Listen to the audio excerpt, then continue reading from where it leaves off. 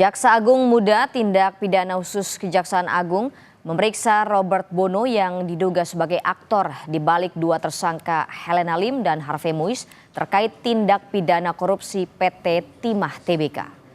Jaksa Agung Muda Tindak Pidana Khusus Kejaksaan Agung terus menelusuri aliran dana terkait tindak pidana korupsi di kawasan izin usaha pertambangan PT Timah Tbk periode 2015-2022 yang melibatkan Crazy Rich Helena Lim dan Harvey Muiz. Penyidik melakukan pemeriksaan terhadap satu saksi, Robert Bono, yang diduga sebagai aktor di balik kedua tersangka korupsi. Selain pemeriksaan, Jaksa Agung Muda Tindak Pidana Khusus Kejaksaan Agung juga tengah menggeledah kediaman Harvey Muiz di kawasan Pakubuwono, Kebayoran Baru, Jakarta Selatan untuk mengumpulkan alat bukti tambahan yang mengakibatkan kerugian negara. Hari ini kami memanggil dan memeriksa saudara LPS sebagai saksi.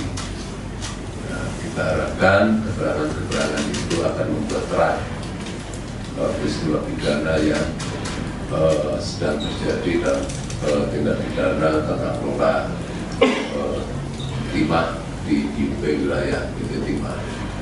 Ya, selain itu pada hari ini juga kami juga melakukan kegiatan penggeledahan di kediaman saudara HN dan sedang berlangsung. Hasilnya apa nanti kita lihat, kita tunggu, nanti akan kita sampaikan.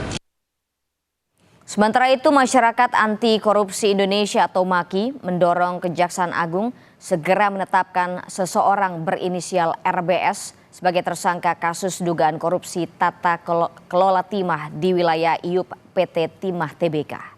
Terkait hal ini, Masyarakat Anti Korupsi Indonesia mengapresiasi Kejaksaan Agung yang telah sejumlah orang yang diduga menikmati tindak pidana korupsi ini sebagai tersangka.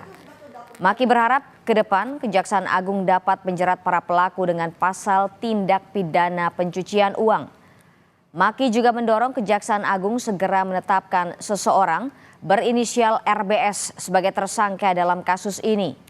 Hingga saat ini Kejaksaan Agung telah menetapkan 16 orang sebagai tersangka dalam dugaan korupsi timah di Bangka. Mendukung Kejaksaan Agung mengungkap tuntas dugaan korupsi tambang timah yang sedang disidik sekarang ini. Dan menurut saya Kejaksaan Agung sudah on the track. Karena apa? Sudah mulai menetapkan tersangka pihak-pihak yang diduga menikmati dari hasil kejahatan ini. Misalnya kemarin tersangka Helena Lim maupun yang suaminya Sandra Dewi itu, Harvey Muiz. Dan menurut saya itu sudah on the track.